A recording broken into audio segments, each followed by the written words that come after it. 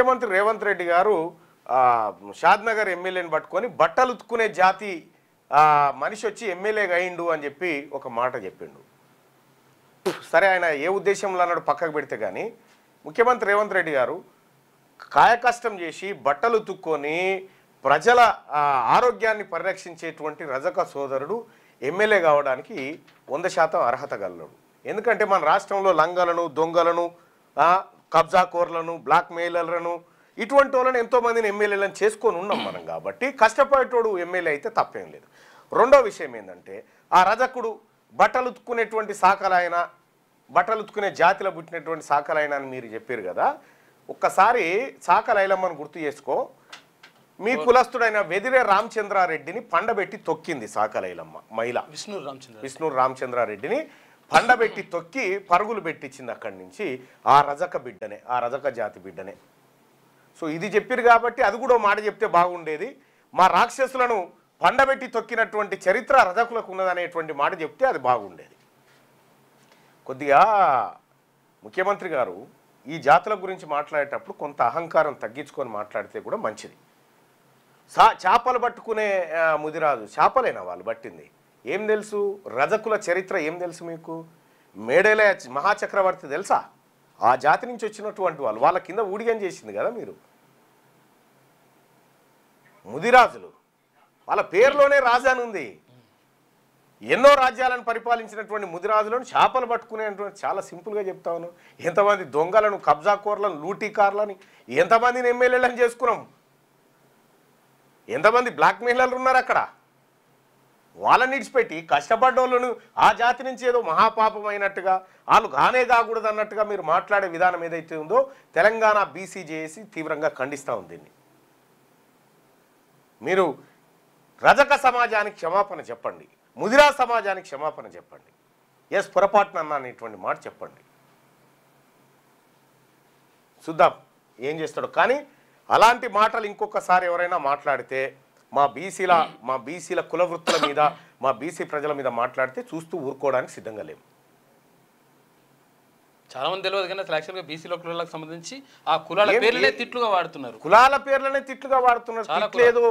తిట్లు విమర్శించడం ఏదో మీరు దానికి పట్టదారులు అయినట్టుగా. సరే, ఈ విషయం అందరు అగ్రవర్ణాలకు చెప్తాను, మీరు పట్టదారులు అయినట్టుగా మీరు మాత్రమే మీరు మాట్లాడిన బూతులు, మీరు తిట్టిన తిట్లు ఒకటా రెండా మా వర్గాలను ఉపయోగించి బాలసంతులు ఇప్పటికైనా మానుకోండి. ఎందుకంటే బీసీలు చైతన్యవంతమైనము, వెనకటి బీసీలం కాదు, ఇప్పుడు ఆధునీకరించబడ్డటువంటి బీసీలం. ఇప్పుడు ఈ పిచ్చి పిచ్చి మాటలు బంద్ చేసి ప్రజలందరినీ సమానంగా చూడడం నేర్చుకోరు. మీకు అది సమానంగా చూడడం రాదు, ఎట్లాగో మీకు రాదు. ఎట్లాగో ఓన్లీ బీసీలు మాత్రమే అందరినీ సమానంగా చూడగలుగుతారు.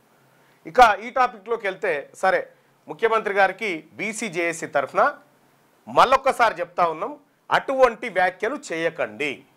మీ మంత్రివర్గంలో ఎవరన్నా చేసినా ఉపేక్షించకండి. అందుకే బీసీలకు రక్షణ చట్టం కావాలని చెప్తున్నది. అందుకే ఎస్సీ ఎస్టీలకు ఎట్లయితే అట్రాసిటీ ఉందో బీసీలకు కూడా అట్రాసిటీ చట్టం కావాలి. ఏ కులాన్ని అన్నా కులాన్ని అన్నట్టే కదా. రజక జాతి నుంచి పుట్టినటువంటి మాట చెప్తా ఉన్నారు. రజకాన్ని కూడా కాదు, శాఖలో ఏదో అన్నాడు కదా. ఒకసారి వ్యాఖ్యలు ఉన్నాయా? ఒకసారి పెట్టు. ఉన్నాయా?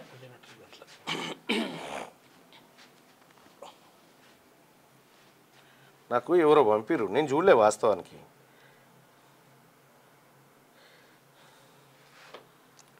సరే, మీ ఉద్దేశం ఏమైనా కానీ కొన్ని జాగ్రత్తగా మాట్లాడితే బాగుంటుండే. ఈ ఉద్దేశం ఏముంది దాంట్లో? అహంకారం అయితే కనిపిస్తూ ఉంది.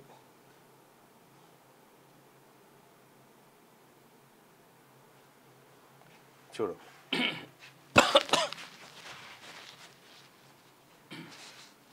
శంకర్, ఈర్లపల్లి శంకర్ బట్టలు ఉతికే జాతి ఇవాళ ఎమ్మెల్యే వేదిక మీద కూర్చున్నాడు.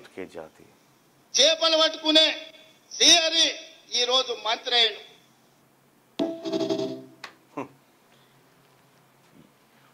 మేము అనాలంటే లక్ష అని ఇలా మీ ముఖం చిన్నబుచ్చగలుగుతాం. కానీ ఈర్లపల్లి శంకర్ బట్టలు ఉతికే జాతి ఇవాళ ఎమ్మెల్యే వేదిక మీద కూర్చున్నాడు. ఎవని బిచ్చంతో ఎవడు ఎమ్మెల్యేలు అయిండు, ఎవని బిచ్చంతో ఎవడైండు, ఎవని బిచ్చంతో ఎవడు ముఖ్యమంత్రి అయిండు, ఎవని బిచ్చంతో ఎవడు మంత్రి అయిండు. మా బీసీల బిచ్చంతో మీరై మమ్మల్ని అవమానిస్తారా? ఇది ఎక్కడి కథ ముఖ్యమంత్రి గారు? ఇది ఎక్కడ లెక్క, ఇది ఎక్కడి కథ? అట్లా అనాల్సింది కాదు. ఇట్లా అనాల్సిందా? ఇదేనా అనే మాట? బట్టలు ఉతుక్కునే జాతి. సరే, మా రజకుల కంటే బట్టలు ఉతుక్కునే జాతి ఉంది, మా నాయ బ్రాహ్మణులకు సగరాలు చేసుకునే జాతి ఉంది, కులం ఉంది, ఏది వృత్తి ఉంది. మీకేమున్నది సార్? మరి మేము అనొచ్చునా ఇప్పుడు లంగాలను, దొంగలను, చీకటిగాలను, పగటిగాలను అందరినీ కూడా ఎమ్మెల్యేలను చేసుకోగలిగినామని మేము చెప్పాలనా? ఇప్పుడు ఇది పొరపాటు, ఇది సరిదిద్దుకోండి. ఇది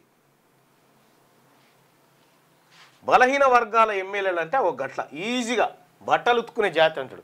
అదే సాకలి ఐలమ్మ రోకల్ బండ మడత పెట్టి రామచంద్రారెడ్డిని పిర్ర మీదకని కొట్టుకుంటా గడీలు ఖాళీ చేయించింది. విష్ణురు రామచంద్రారెడ్డిని అప్పుడు గిట్లనే రజకుల మీదకి పోతేనే ఎంతమంది ఉన్నారు తెలుసా? రజకులు తెలంగాణ రాష్ట్రంలో ఇంచుమించు మీ జనాభాతో సమానంగా ఉన్నారు. 6వ తరగతి నుండి 10వ తరగతి విద్యార్థులకు గొప్ప అవకాశం. ఏపీ, తెలంగాణ మరియు సిబిఎస్ఈ విద్యార్థులకు ఎలాంటి అడ్మిషన్ ఫీజు లేకుండా సంవత్సరానికి కేవలం 1000 రూపాయలకే ఐఐటీ స్టాండర్డ్స్ తో ఆన్లైన్ ట్యూషన్స్ చెప్పబడును. 15 ఏళ్ల సుదీర్ఘ అనుభవం గల ఫ్యాకల్టీతో క్లాసులు నిర్వహించబడును. ఇప్పుడే ప్లే స్టోర్ నుండి ధర్మవాహిని యాప్ ని డౌన్లోడ్ చేసుకోండి. వివరాలకు సంప్రదించండి 7893051526.